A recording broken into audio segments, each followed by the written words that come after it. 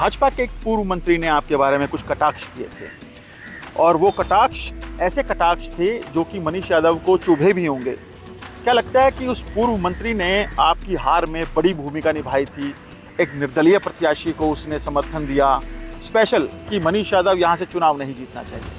कि छोटा अगर गलती करता है तो बड़ा उसको माफ करता है, लेकिन बड़ा अगर गलती करता है तो स्वयं आकलन करने का विषय है। राव इंद्रजीत ने एक और बात कही कि बहुत सारे नेताओं ने भीतरघात किया। तो क्या लगता है कि बादशाहपुर विधानसभा में जो नेता आज हुंकार भर रहा है कि बादशाहपुर विधानसभा से मैं चुनाव लड़ूंगा, पार्टी मुझे टिकट देगी, उसने भी भीतरघात किया और उस भीतरघात की वजह से जो वोट मार्जिन था वो कम रहा। बादशाहपुर विधानसभा से अहीर बाहुल्य क्षेत्र के तौर पर जाना जाता है। अपनी जिनकी व्यक्तिगत महत्वाकांक्षा या व्यक्तिगत द्वेष है, हो सकता है उन्होंने उस मन से काम नहीं किया जो करना चाहिए था। तो व्यक्ति अगर अपने स्वार्थ में संगठन को नुकसान पहुंचाने का प्रयास करेगा, चाहे वो कोई भी है, तो मुझे नहीं लगता कि भारतीय जनता पार्टी में वो अपनी मनचाही जो मंशा है वो पूरी कर पाएगा। नमस्कार, स्वागत है विधानसभा चुनाव के इस दंगल में आपका।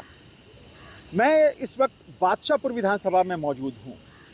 हरियाणा तक की टीम उन तमाम उम्मीदवारों से, भावी विधायकों से आपको मिलवाने की कोशिश कर रही है और आपको बताने की कोशिश कर रही है कि आपके इलाके में, आपके घरों के पास या फिर बादशाहपुर विधानसभा से जो उम्मीदवार तैयारी कर रहे हैं, कैसा है उनका राजनीतिक अनुभव, कितनी शिक्षा वे लिए हुए हैं, कैसा पारिवारिक पृष्ठभूमि से आते हैं, किस पारिवारिक पृष्ठभूमि से आते हैं और विज़न क्या है बादशाहपुर को लेकर।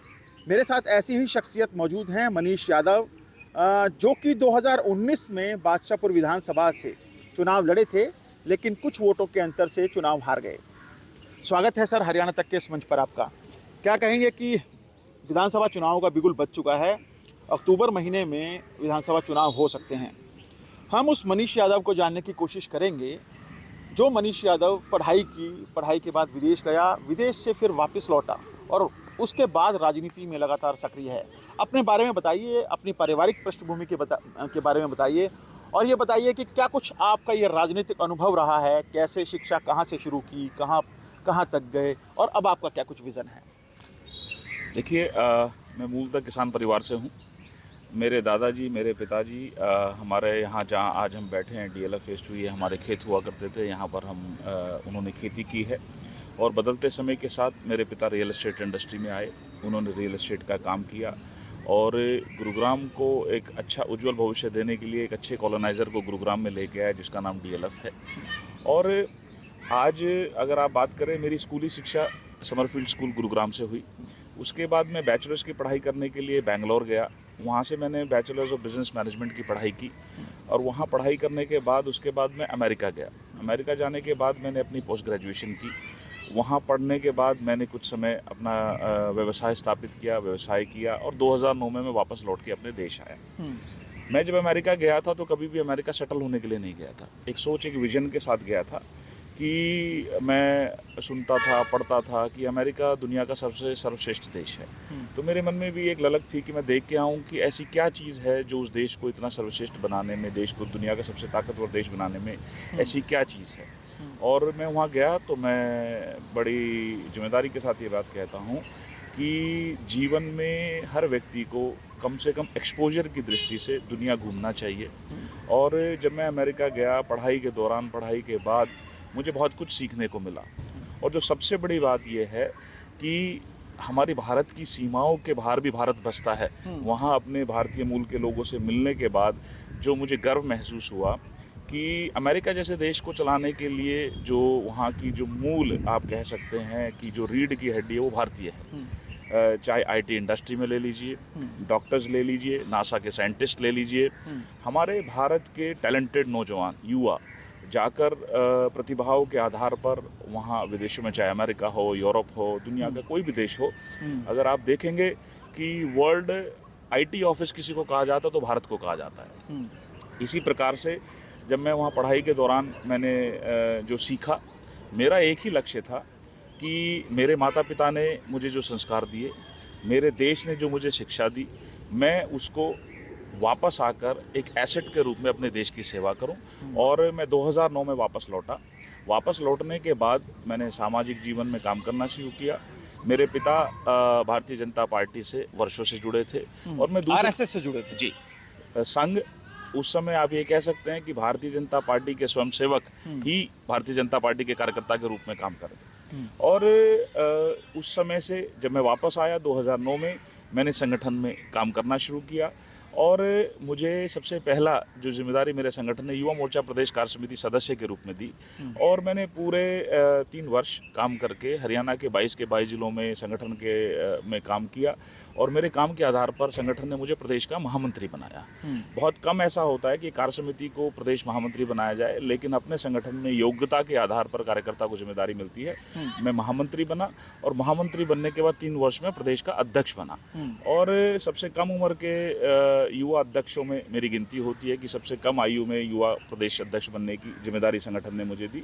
और मेरे प्रयास से उस कार्यकाल में बड़े बड़े कार्यक्रम हुए जिसमें माननीय अमित शाह जी उस समय के राष्ट्रीय अध्यक्ष थे और युवा हुंकार रैली एक बहुत ऐतिहासिक कार्यक्रम था जिसमें हजारों की संख्या में बाइक पूरे प्रदेश भर से जींद में इकट्ठा होकर बड़ा कार्यक्रम हमने किया था।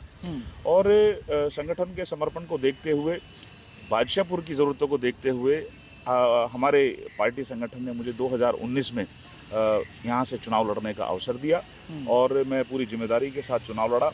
और मुझे गर्व होता है ये कहते हुए कि देखिए, जीतना हारना तो चुनावी राजनीति का हिस्सा है, पर जिस तरीके से लोगों का प्यार आशीर्वाद मुझे मिला, बादशाहपुर से जितने भी प्रत्याशी मेरे से पूर्व जो चुनाव विधायक बने हैं, पहले बार जब वो चुनाव लड़े तो उन सबसे अधिक वोट मुझे मिला। 96,641 वोट मुझे मिला, तकरीबन 97,000 वोट। और वो हरियाणा के हम जब 90 लोग चुनाव लड़े तो वो दूसरे स्थान का, मतलब पूरे प्रदेश में मैं दूसरे स्थान पे था वोट अर्जित करने के मामले में और सब दलों में मिलाकर मैं 5वें स्थान पर था। तो हरियाणा की राजनीति में जहां भूपेंद्र सिंह हुड्डा एक व्यक्ति थे जिनको लाख प्लस वोट मिला था, राकेश दौलताबाद जो मेरे से जीते, फिर बबली जो वहाँ से टोहाना से चुनाव लड़े और हमारे राजेश नागर जो तिगांव से, ये हम 5 लोग हैं जो उस श्रेणी में टॉप 5 वोटों के अर्जित करने के लोग हैं, उसमें से मैं एक रहा। तो ये मेरे लिए सौभाग्य की बात थी, पहला चुनाव था और मेरे से जो प्रयास हुआ संगठन के नाम को लेकर, अपने विचारों को लेकर मैं लोगों के बीच में गया। लोगों ने मुझे जिताने के लिए 96,000 वोट दिए थे और उसी दिन से मैं काम कर रहा हूँ और आज मेहनत कर रहा हूँ।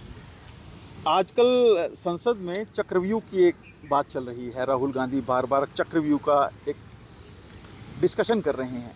2019 में भी एक चक्रव्यूह रचा गया था मनीष यादव के खिलाफ और चक्रव्यूह रचने वाले कोई और नहीं थे, वो अपने ही थे। तो कैसे मनीष यादव उस चक्रव्यूह में फंसा, क्यों नहीं निकल पाया चक्रव्यूह से?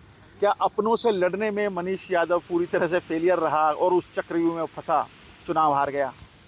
देखिए, मैं ये मानता हूँ राजनीति में जो व्यक्ति जीतता है उसको शुभकामनाएं मिलती है और जो व्यक्ति हारता है उसकी समीक्षा होती है।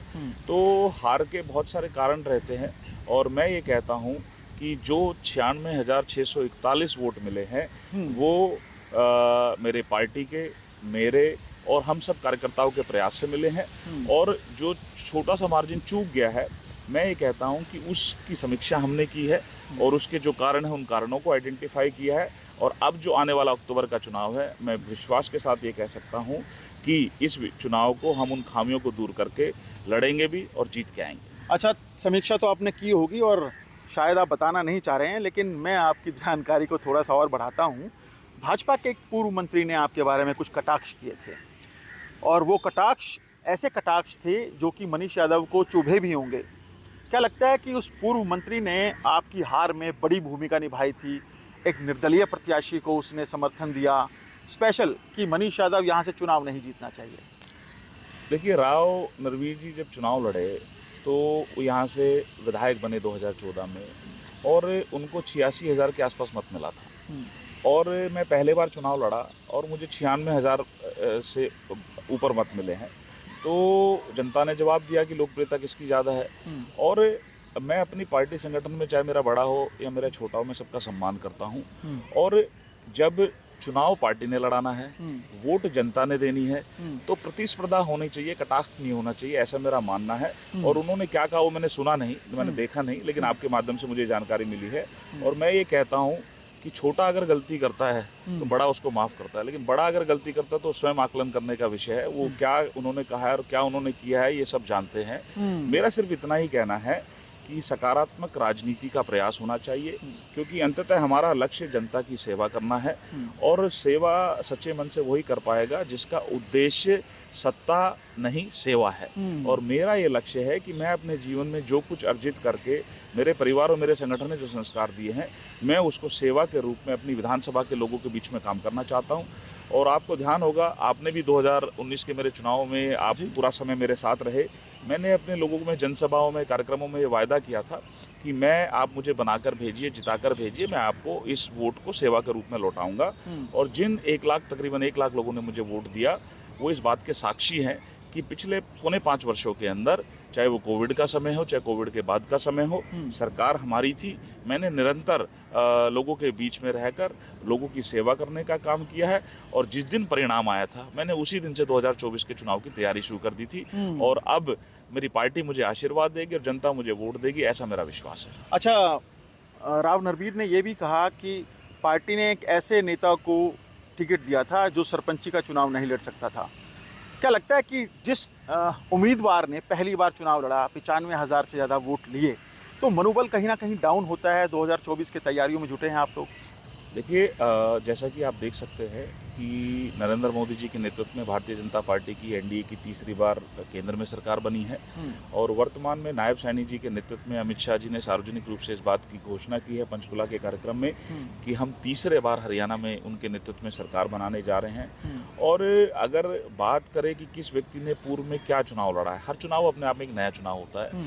और जब पार्टी ने बदलाव करके मुझे 2019 में अवसर दिया, सिटिंग विधायक राव नरबीर थे, तो अपने यहाँ पर व्यक्ति का पूर्व में क्या है उसका आकलन उसके काम से होता है। उन्होंने अपनी तरफ से अच्छा काम किया होगा, लेकिन पार्टी को लगा कि भाई एक युवा नौजवान को यहाँ से अवसर देना चाहिए, तो मुझे अवसर मिला और मैं चुनाव लड़ा। और मुझे पूर्ण विश्वास है कि आने वाले इस 24 के चुनाव में जिस प्रकार से मैंने पार्टी के लिए निरंतर काम किया है, मुझे 24 में अवसर मिलेगा और मैं यहाँ से चुनाव लड़के लोगों के आशीर्वाद से जीत के आऊँगा, ऐसा मेरा विश्वास है। अच्छा मनीष जी, अभी हाल ही में जो लोकसभा चुनाव हुए हैं, बादशाहपुर विधानसभा से राव इंद्रजीत बड़े मार्जिन से जीते हैं। गुड़गांव और बादशाहपुर विधानसभा दोनों ऐसी विधानसभाएं थी जहां से उन्हें जीत का जो मंजर था वो देखने को मिला।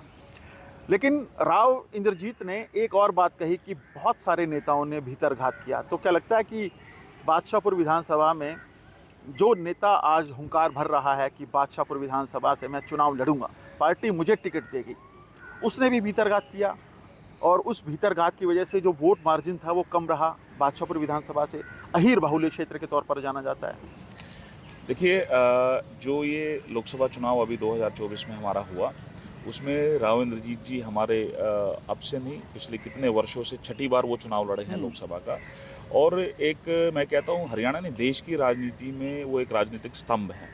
और उनको लेकर जिस प्रकार से पार्टी ने उनको प्रत्याशी बनाया और हम सब लोग उनको चुनाव जिताने के लिए लगे, अपनी जिनकी व्यक्तिगत महत्वाकांक्षा या व्यक्तिगत द्वेष है, हो सकता है उन्होंने उस मन से काम नहीं किया जो करना चाहिए था। और उसका हमारी पार्टी का एक सिस्टम है कि समीक्षा एक प्लेटफॉर्म पे की जाती है और उस प्लेटफॉर्म की चर्चा सार्वजनिक नहीं होती। तो मेरा ये मानना है, और जनता, और आप तो जनता की आवाज़ है, आपको ये अधिकार है क्योंकि आप जनता के बीच में रहते हैं, ये बातें सुनते भी हैं, लोग कहते भी हैं। पर मेरा इतना ही कहना है कि मेरा अपनी बादशाहपुर विधानसभा, क्योंकि मैं यहाँ से चुनाव लड़ा था पूर्व प्रत्याशी होने के नाते, और राव इंद्रजीत जी हमारे नेता होने के नाते, उनको चुनाव जिताने के लिए संगठन ने जो मेरी जिम्मेदारी लगाई, आपने भी पूरे चुनाव में देखा होगा कि मैंने तत्परता के साथ, ईमानदारी के साथ, निष्ठा समर्पण के साथ अपनी पार्टी और राव इंद्रजीत जी को चुनाव जिताने के लिए काम किया। और जिन्होंने नहीं किया उसकी समीक्षा भी हुई है और आने वाले समय में आपको उसका परिणाम भी दिखेगा। नहीं, आला कमान के पास गई है क्या रिपोर्ट? जिस तरह के बयानबाजी चल रही है आजकल और चुनावी बयार के अंदर वो सभी अपना चुनावी जनसभाओं के अंदर घोषणा करने में लगे हैं कि मैं किसी भी सूरत में चुनाव लड़ने वाला हूँ। देखिए, ये भारतीय जनता पार्टी ही देश में एकमात्र ऐसी पार्टी है जो कार्यकर्ता और काडर आधारित पार्टी है। और यहाँ पर तो एक बूथ की चर्चा भी राष्ट्रीय अध्यक्ष की टेबल पे होती है। तो जिन्होंने अच्छा किया उसका भी, और जिन्होंने अपने स्वार्थ में जो पार्टी संगठन के साथ मन से नहीं लग पाए उनका भी, हर उसका फीडबैक पार्टी संगठन के पास है। और हमारी पार्टी जब ये कहती है कि देश से बड़ा दल नहीं, दल से बड़ा व्यक्ति नहीं, तो व्यक्ति अगर अपने स्वार्थ में संगठन को नुकसान पहुंचाने का प्रयास करेगा, चाहे वो कोई भी है, तो मुझे नहीं लगता कि भारतीय जनता पार्टी में वो अपनी मनचाही जो मंशा है वो पूरी कर पाएगा। बादशाहपुर विधानसभा की बात करते हैं मनीष जी। बादशाहपुर विधानसभा में आप फिर से तैयारी कर रहे हैं, फिर से हुंकार भर रहे हैं कि एक बार मुझे और मौका दिया जाए। वहीं दूसरी तरफ जिला अध्यक्ष कमल यादव भी एक प्रत्याशी के तौर पर तैयारी करने में जुटे हैं कि मैं भी बहुत साल से पार्टी की सेवा कर रहा हूं, आखिर कितने साल तक सेवा करता रहूँगा, मुझे भी मौका दिया जाए। तीसरी तरफ राव नरबीर, जो कि दिग्गज नेता के तौर पर जाने जाते हैं दक्षिण हरियाणा की राजनीति में, दो महत्वपूर्ण स्तंभ है, राव इंद्रजीत सिंह और राव नरबीर। तो ऐसे में इन तमाम धुरंधरों के बीच में मनीष यादव खुद को कहाँ देखता है? देखिए, मैं ये मानता हूँ कि लोकतंत्र की यही खूबसूरती है कि हर किसी को अपनी बात रखने का अधिकार है, हर किसी को अपने मन के हिसाब से, अपने प्रयास के हिसाब से संगठन में और जनता के बीच में काम। खासकर भारतीय जनता पार्टी अपने संगठन की अगर मैं बात करूं, तो भारतीय जनता पार्टी हर कार्यकर्ता का आकलन करती है, उसकी योग्यता के आधार पर उसको अवसर देती है। और अगर मैं बात करूं इस 2024 के चुनाव की, आप 19 और 24 के बीच का सफ़र है, अगर आप उसको देखेंगे तो बदलाव की स्थिति तब आती है जब पार्टी कुछ और आयाम पर अगर विचार कर रही हो। चुनाव हार और जीत उसका आधार नहीं हो सकता, क्योंकि कोई भी व्यक्ति चुनाव जीत सकता है, कोई भी व्यक्ति चुनाव हार सकता है, और हर चुनाव की अलग परिस्थिति होती है। लेकिन ये मैं नहीं, आप पूरे हरियाणा में अगर सब 90 सीटें हैं, जब सीट अनाउंस हुई थी तब भी पूरे हरियाणा की चर्चा बादशाहपुर थी। जब परिणाम आया तो तब भी मैं हार कर भी जीता था, क्योंकि पूरे प्रदेश में लोगों को ये था कि मैं चुनाव नहीं हार सकता, लेकिन किसी कारणों से हम चुनाव नहीं जीत पाए। लेकिन मैंने उसको भी बड़े पॉजिटिवली लिया, क्योंकि जब आप जीत का श्रेय अपने सर लेते हो तो हार का श्रेय भी आपको अपने सर लेना चाहिए। और मैंने वहीं से ये संकल्प लिया था कि मैं अपनी पार्टी संगठन ने जो मुझे मेरे पे विश्वास जताया, मैं उसको जनता के विश्वास में तब्दील करूंगा और आने वाले विधानसभा में चुनाव लड़कर इसको जीत में पार्टी को सीट जीत कर दूंगा, ऐसा मेरा विश्वास है। और मैंने उसी हिसाब से काम भी किया है। रही बात बाकी लोग जो प्रयासरत हैं, और जहाँ तक राव नरवीर जी का सवाल है, अगर पार्टी को उनको प्रत्याशी रखना होता तो 19 में परिवर्तन नहीं होता। और मैं ये मानता हूँ कि भारतीय जनता पार्टी के अंदर व्यक्ति को दिया गया काम महत्वपूर्ण है, व्यक्ति खुद में अपने आप को क्या आकलन करता वो महत्वपूर्ण नहीं है। और अपने यहाँ ये कहा जाता है कि आपको दी गई जिम्मेदारी बड़ी है, आप अपने आप को बड़ा कहेंगे तो वो फिर आपको अपने आप में आकलन करना पड़ेगा। और मेरे जैसे सामान्य कार्यकर्ता को जब पार्टी ने 19 में चुनाव लड़ाया तो कोई तो योग्यता, जिन्होंने निर्णय किया, हमारे यहाँ एक सिस्टम है, स्टेट पार्लियामेंट्री बोर्ड है, केंद्रीय पार्लियामेंट्री बोर्ड है, उन सब की आकलन, उन सब की चर्चाओं के बाद निर्णय होता है। तो उन सब के मैं अपने पार्टी के राष्ट्रीय नेतृत्व पे प्रश्न चिन्ह नहीं लगा सकता। राव इंद्रजीत का आशीर्वाद शामिल था उस टिकट में क्या? देखिए, हमारे यहाँ जैसे मैंने कहा कि एक सिस्टम है, उसमें सांसद की बड़ी भूमिका होती है, और सांसद की सहमति से ही माननीय राव इंद्रजीत जी का मुझे 19 में भी आशीर्वाद मिला, और मुझे पूर्ण विश्वास है कि 24 में भी उनका आशीर्वाद मुझे मिलेगा।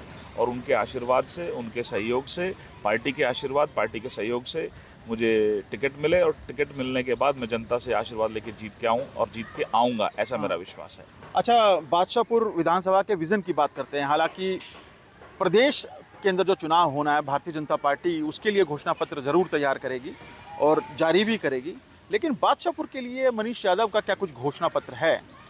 काफ़ी बदहाली से गुजर रहा है ये इलाका, ये विधानसभा, बहुत सारी दुश्वारियां हैं, परेशानियां हैं लोगों के साथ। मानसूनी बारिश में आप देखते हैं कि बादशाहपुर विधानसभा में क्या कुछ बुरा हाल है यहाँ पे, और भी बहुत सारी समस्याएं हैं जिनको लेकर सवाल उठते रहे हैं कि भारतीय जनता पार्टी ने जो वायदे किए थे 10 साल में वो पूरे नहीं हुए हैं। सवाल उठते रहे हैं कि आज पूर्व मंत्री कहने में लगे हैं कि अहमद शाह अब्दाली सरीखे अधिकारी गुड़गांव में तैनात हैं जो कि भ्रष्टाचार को अंजाम दे रहे हैं। तो आपका क्या कुछ विज़न है? किन मुद्दों को लेकर जनता के बीच में जाने वाला है मनीष यादव? देखिए, प्रमुखता से मेरे पास क्योंकि मैं यहाँ, मेरा जन्म यहाँ हुआ है, मैं बचपन से यहाँ रहा हूँ, और मैंने इस गुरुग्राम अगर मैं बात करूँ, जितना अर्बन गुरुग्राम है तकरीबन बादशाहपुर विधानसभा में है, और मैंने इसको सबब ऑफ साउथ दिल्ली से मिलेनियम सिटी का सफ़र मैंने बचपन से अब तक देखा है। और जो मैं माननीय मुख्यमंत्री जी के सामने निरंतर रखता भी आया हूँ, और जब मुझे अवसर मिलेगा तो उन खामियों को मैं दूर करने का प्रयास भी करूँगा। जैसे कि वेस्ट मैनेजमेंट एक बड़ा चैलेंज है गुरुग्राम के लिए, क्योंकि जितनी तेज़ी जैसे हमारी बड़ी आबादी है उसके हिसाब से आज के जो आधुनिक तरीके हैं उनके हिसाब से हमारा वेस्ट मैनेजमेंट होना चाहिए। जो हमारा कूड़े का डंप बनता है वो डंप नहीं बनना चाहिए। हमारे घर से ही कूड़े का सेग्रीगेशन हो और सेग्रीगेशन होकर जो रिसाइकल हो सके वो रिसाइकल हो, बाकी नेचुरल वेस्ट में कन्वर्ट होकर कहीं ना कहीं हम उसको इस्तेमाल कर सकें। एक तो सबसे महत्वपूर्ण काम ये है। दूसरा, हमारे यहाँ पानी की जो समस्या है, गर्मी के समय आप देखते हैं कि भाई कहीं ना कहीं पानी की समस्या लोगों को आती है। तो इस पूरे सीज़न मैंने प्रशासन के साथ मिलके उस परेशानी को कहीं ना कहीं डायग्नोज करने का प्रयास किया है। तो अगर आप हमारी डिमांड और सप्लाई नॉर्मल टाइम और पीक टाइम में अगर देखेंगे तो बहुत ज़्यादा डिफरेंस नहीं है।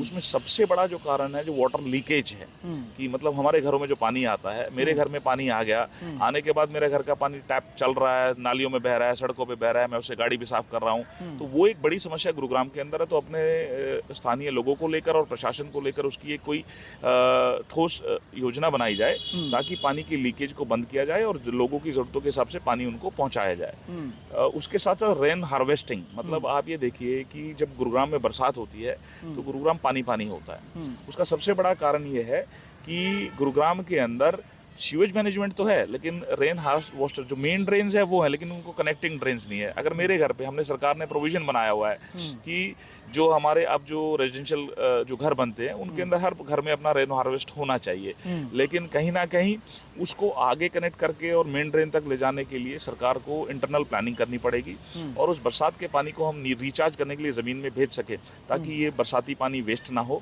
हमारी सरकार ने गाँव के अंदर ये प्रयास किया है, सभी जो हमारे जो जोड़ होते थे पुराने उनको पुनर्जीवित करने का सरकार का प्रयास है कि वे सरकार गांव का जितना भी पानी है वो जाए और रिचार्ज होकर नीचे ज़मीन में पहुंच सके। और ये बादशाहपुर विधानसभा एकमात्र ऐसी विधानसभा है जिसमें रूरल भी है, सेमी अर्बन भी है और अर्बन भी है। और मुझे लगता है पूरी दुनिया का व्यक्ति इस विधानसभा क्षेत्र में रहता है। और मैं ये कहता हूँ कि पार्लियामेंट के अंदर, देश की सबसे बड़ी पंचायत के अंदर छोटे से छोटा काम करने वाला व्यक्ति और पार्लियामेंट चलाने वाला व्यक्ति इस विधानसभा के अंदर रहता है। तो मतलब इतना वेरिएशन भारत हरियाणा की किसी विधानसभा में देखने को नहीं मिलेगा जितना हमारे यहाँ पर है। और तीसरा, हमारा ट्रैफिक मैनेजमेंट, क्योंकि जिस हिसाब से हमारा गुरुग्राम आबादी बढ़ रही है उस हिसाब से हमारी ट्रैफिक व्यवस्था को भी हमें आधुनिक करना पड़ेगा और उसको लोगों को मतलब उसके सिस्टम के हिसाब से लोग अपना कीमती समय अपने परिवार अपने परिजनों के साथ बिताए, ऑफिस से छुट्टी होने के बाद ट्रैफिक जैम में ना बिताए। ये भी एक मेरी प्रायोरिटी रहेगी जो मैं सरकार के अंदर उसका सलूशन, क्योंकि सबसे पोल्यूटेड शहर के तौर पर भी जाना जाता है गुरुग्राम को। अभी दोबारा से जो लिस्ट जारी हुई है उसके अंदर भी गुरुग्राम का नाम शीर्ष जो 10 शहर हैं उनके अंदर शुमार हुआ है। देखिए नीरज जी, जैसा आप देख सकते हैं कि आबादी बढ़ रही है और ग्रीनरी घट रही है। तो अब जैसे हमारे जितने भी न्यू गुरुग्राम में आप देखेंगे सारे हाई राइजेस बने हैं, एक एक कॉन्डोमिनियम अपार्टमेंट में एक एक गांव के बराबर आबादी रह रही है। तो हमारे गुरुग्राम को कंक्रीट जंगल से ग्रीन प्लांटेशन की तरफ भी हमें ले जाना होगा और जो पोल्यूशन का स्तर है उसको घटाना होगा, क्योंकि क्वालिटी ऑफ लाइफ गुरुग्राम में व्यक्ति जब अपना इतनी महंगी ज़मीन खरीद के घर रहने का जो स्वप्न देखता है उसमें वो चाहता है कि भाई एक पीसफुल एनवायरनमेंट हो, साफ सुथरा एनवायरनमेंट हो, पीने के लिए स्वच्छ जल मिले और जब वो सेफ्टी सिक्योरिटी हो। तो यही चीज़ें सरकार से अपेक्षा लोगों की होती है।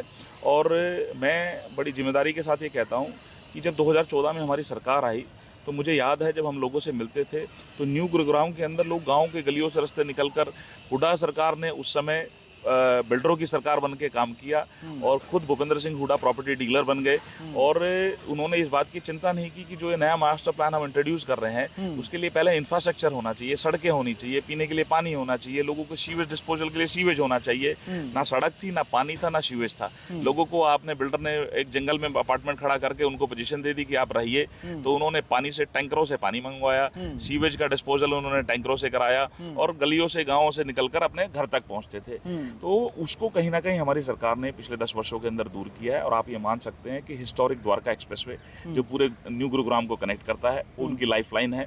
और उसी प्रकार से रोड कनेक्टिविटी के मामले में, सीवेज के मामले में हमारी सरकार ने वॉरफुट पे काम किया है और ये एक बड़ा बदलाव आपको 10 वर्षों के अंदर देखने को मिल सकता है। 2016 के महाजाम के बाद भी काफ़ी पैसा, करोड़ों रुपए लगाए गए, बादशाहपुर ड्रेन बनाया गया। बादशाहपुर ड्रेन बनाए जाने के बावजूद जो सूरत हाल है 2016 के बाद से निरंतर जारी है। हर साल मानसूनी बारिश में साइबर सिटी वासियों को शर्मनाक स्थिति का सामना करना पड़ता है। वाटर लॉगिंग जैसी समस्या है, लोगों की गाड़ियाँ तैरती हैं यहाँ पे, लोगों को नाव लेके कई बार सांकेतिक रूप से अपना विरोध दर्ज कराना पड़ता है। क्या लगता है कि बादशाहपुर ड्रेन को बनाने में जो प्लानिंग थी वो फेलियर रही? आपके पूरे बादशाहपुर क्षेत्र के अंदर ये समस्या है। फिर दूसरी मैं सोना एलिवेटेड फ्लाईओवर की बात करूंगा। एलिवेटेड फ्लाईओवर बना दिया, सीधा भोंडसी सोना तक जा रहा है वो, लेकिन उसके साथ लगती जो सैकड़ों सोसाइटियां हैं उनको बेनिफिट नहीं मिला। जाम का अभी भी जाम से गुजरना पड़ता है। बादशाहपुर तक अगर जाना है, भोंडसी तक जाना है, तो उन लोगों को बेनिफिट नहीं मिला। हाँ, ज़रूर आपको मुंबई जाना है तो वहाँ उस रास्ते से जाइए और जो टोल टैक्स के काफ़ी ज़्यादा रेट भी इंक्रीज़ किए गए हैं, वो टोल टैक्स भरिए और आप फर्राटा भरिए मुंबई तक। देखिए नीरज जी, जब भी कोई वर्ल्ड क्लास इंफ्रास्ट्रक्चर बनता है उसके पीछे एक मोटिव होता है। हमारे दिल्ली गुरुग्राम को मुंबई एक्सप्रेसवे से कनेक्ट करने के लिए ये रोड बनाया गया और उसके साथ में लोकल ट्रैफिक को कनेक्ट करने के लिए हमारे सर्विस रोड्स भी बनाए गए जो हमारे लोकल ट्रैफिक को, अपार्टमेंट्स को और उनको कनेक्ट करे। लेकिन जैसा आपने कहा कि जिस तेज़ी से हमारे यहाँ पर गुरुग्राम में लोगों का माइग्रेशन और लोगों का ट्रैफिक है, उस स्तर पर और उसमें काम करने की आवश्यकता है। और जो आपने कहा कि वाटर लॉगिंग की रेनी सीजन में जो प्रॉब्लम है, उसके बाद जो ट्रैफिक की समस्या है, देखिए नए शहर को बनाना आसान है, बसे हुए शहर को नया बनाना बहुत मुश्किल है। और ये सारी वो खामियां हैं जो पूर्व की सरकारों ने उस समय ध्यान नहीं दिया। क्योंकि अगर आप मुझे किसी प्लानिंग मीटिंग का हिस्सा रखें तो मैं वहाँ पे ये सजेशन दूंगा कि जो हमारी प्लानिंग है वो अहेड ऑफ टाइम होनी चाहिए, प्रोजेक्शन ऑफ पॉपुलेशन के हिसाब से होनी चाहिए कि पिछले 10 वर्षों में हमारी कितनी तेज़ी से, उसको समय के हिसाब से आगे एडवांस प्लान करके, ताकि जब वो इंफ्रास्ट्रक्चर तैयार हो तो वो आउटडेटेड ना हो, आने वाले समय के लिए वो कारगर हो। जैसे कि द्वारका एक्सप्रेसवे आप ये देख सकते हैं कि उसको समय के आगे के लिए प्लान करके वो बनाया गया है और जैसे जैसे नीड बनेगी उसके साथ साथ दोबारा उस काम को आगे बढ़ाने की आवश्यकता है। और मैं गुरुग्राम की अगर बात करूं तो मेरा अपना ये विज़न भी है, मेरा अपना इमोशनल कनेक्ट भी है कि मेरे गुरुग्राम में एक बूंद पानी सड़क पर नहीं होना चाहिए बरसात में। मेरे विधानसभा का कोई व्यक्ति अपने मूल्य समय को ट्रैफिक जैम में व्यर्थ ना करे। तीसरा, हमारे यहाँ पर जो सेमी अर्बन, जिसको आप ये कह सकते हैं, जिसको हम अनअप्रूव्ड कॉलोनीज़ बोलते हैं, अनधिकृत कॉलोनीज़ बोलते हैं, हमारे सरकार ने प्रयास किया बहुत सारी योजनाओं के माध्यम से कि हम उस वर्ग को मकान दे सके, गुरुग्राम में एक छत दे सके रहने के लिए। तो फिर भी लोग कहीं ना कहीं अनअप्रूव्ड एरिया में घर मकान बना लेती हैं, तो उनको भी अधिकृत करने का हमारी सरकार ने काम किया। जहां अनअप्रूव्ड कॉलोनी है वहाँ भी सीवेज, पानी, बिजली देने का काम किया, क्योंकि हमारा ये मानना है कि जहां व्यक्ति रहता है मूलभूत सुविधा उनको मिलनी चाहिए। और जितनी अनधिकृत कॉलोनियों को अधिकृत हमारी सरकार ने किया, पूर्व में किसी ने नहीं किया। इससे ये दिखता है कि हमारी सरकार आम जन को समर्पित सरकार है। एक और बादशाहपुर में नेता है जो कह रहा है कि मैंने 45,000 BPL कार्ड बनवाए हैं, तो उस नेता से कैसे, क्योंकि उसकी सरकार में भी तगड़ी लॉबिंग है, तो इस लॉबिंग से कैसे निपटेंगी मनीष यादव की टीम? देखिए, मैं ये कहता हूँ कि चाहे मेरे प्रयास से, किसी अन्य व्यक्ति के प्रयास से, सरकार का जो भी काम किया वो भाजपा सरकार ने किया है और उसका श्रेय एक व्यक्ति को नहीं जा सकता। कल को मैं कहूँ कि ये मैंने कराया है। हाँ, मैं ये कह सकता हूँ कि मैंने प्रयास करके इस बात को उस मंच पे रखा है और सरकार ने वो काम किया है। और रही बात, जैसे आपने कहा, उस समय जब मैं 19 में लड़ा तो उस समय तो मेरे सामने सिटिंग कैबिनेट मिनिस्टर थे, तो मैं उसको कहीं भी किसी प्रकार का ना चुनौती देखता हूँ ना। अच्छा, इसके पीछे वजह क्या है? मैंने देखा है तमाम लोगों का जो मैंने इंटरव्यूज़ किए तो चेहरे के ऊपर एक परेशानी थी, चिंता की लकीरें थी कि यार टिकट कैसे हासिल किया जाए। लेकिन मनीष यादव के चेहरे के ऊपर कोई टिकट को लेकर टेंशन नहीं है, कोई चिंता की लकीरें नहीं है। बैकबोन आखिर है क्या मनीष यादव की? देखिए, मेरी बैकबोन कमल का फूल है और मेरा जो संगठन में काम करने का और मेरे संगठन के प्रति मेरी आस्था है। और जैसे मैंने कहा कि अपने यहाँ पर हर किसी को अपना बात रखना, अपना हक मांगना हमारा अधिकार है, और लेकिन जो पार्टी का निर्णय उसका सम्मान करना भी हमारा संस्कार है। तो 2014 में जब राव नरवीर चुनाव लड़े तो उस समय भी मैं पार्टी संगठन से टिकट मांग रहा था और पार्टी ने उस समय निर्णय किया था कि राव नरवीर हमारे प्रत्याशी होंगे। और आप मीडिया के माध्यम से, जनता मेरी विधानसभा क्षेत्र के माध्यम से इस बात के साक्षी है कि जितनी उस समय मेहनत राव नरवीर जी ने की थी, मैंने उनके साथ कंधे से कंधा, कदम से कदम मिलाकर पूरे विधानसभा क्षेत्र में उनके लिए वोट मांगने का काम किया था, अपनी पार्टी को वोट मांगकर जिताने का काम किया था और वो 2014 में विधायक बने। कुछ कहना चाहेंगे राव नरवीर से? मैं रावनवीर जी को यही कहना चाहूँगा कि हम सब एक परिवार के लोग हैं और हम सब का जो बड़ा लक्ष्य है वो भाजपा की सरकार है और बादशाहपुर में कमल खिले ये हम सब का प्रयास होना चाहिए। निर्णय चुनाव कौन लड़ेगा ये पार्टी संगठन का है, चुनकर कौन आएगा ये जनता का है। तो हमें एक अच्छा सकारात्मक एक हेल्दी माहौल बना के रखना चाहिए और हेल्दी माहौल में, क्योंकि वो कहीं ना कहीं हमारी पार्टी की छवि को भी रिफ्लेक्ट करता है कि भाजपा जो एक संगठन आधारित पार्टी है उसका अनुशासन ही सबसे ऊपर है और हम सब, मैंने कहा, एक परिवार के सदस्य, तो परिवार के रूप में काम करना चाहिए। कौन चुनाव लड़ेगा ये पार्टी तय करेगी, कौन विधायक बनेगा ये जनता तय करेगी। तो कहीं ना कहीं नसीहत ज़रूर है पूर्व मंत्री के लिए मनीष यादव की। और ये एक और शख्सियत हैं जिन्हें कि हरियाणा तक की टीम ने आपसे रूबरू कराया है, बादशाहपुर विधानसभा की जनता से रूबरू कराया है और बताया है कि मनीष यादव ने कैसे अपनी शिक्षा ग्रहण की, कितना राजनीतिक अनुभव लिए हुए हैं और कैसे 2019 के उस चक्रव्यूह में फंसे थे, लेकिन अब फिर दोबारा से ताल ठोक रहे हैं। और क्या कुछ विज़न है इसके बारे में भी मनीष यादव ने साफ किया और ये कहा कि Bharatiya Janata party cadre based party है और हमें सबको मिलकर संगठन के लिए काम करना चाहिए और चुनाव लड़ना चाहिए। कैमरामैन परवीन कुमार के साथ नीरज वशिष्ठ, गुरुग्राम, हरियाणा तक।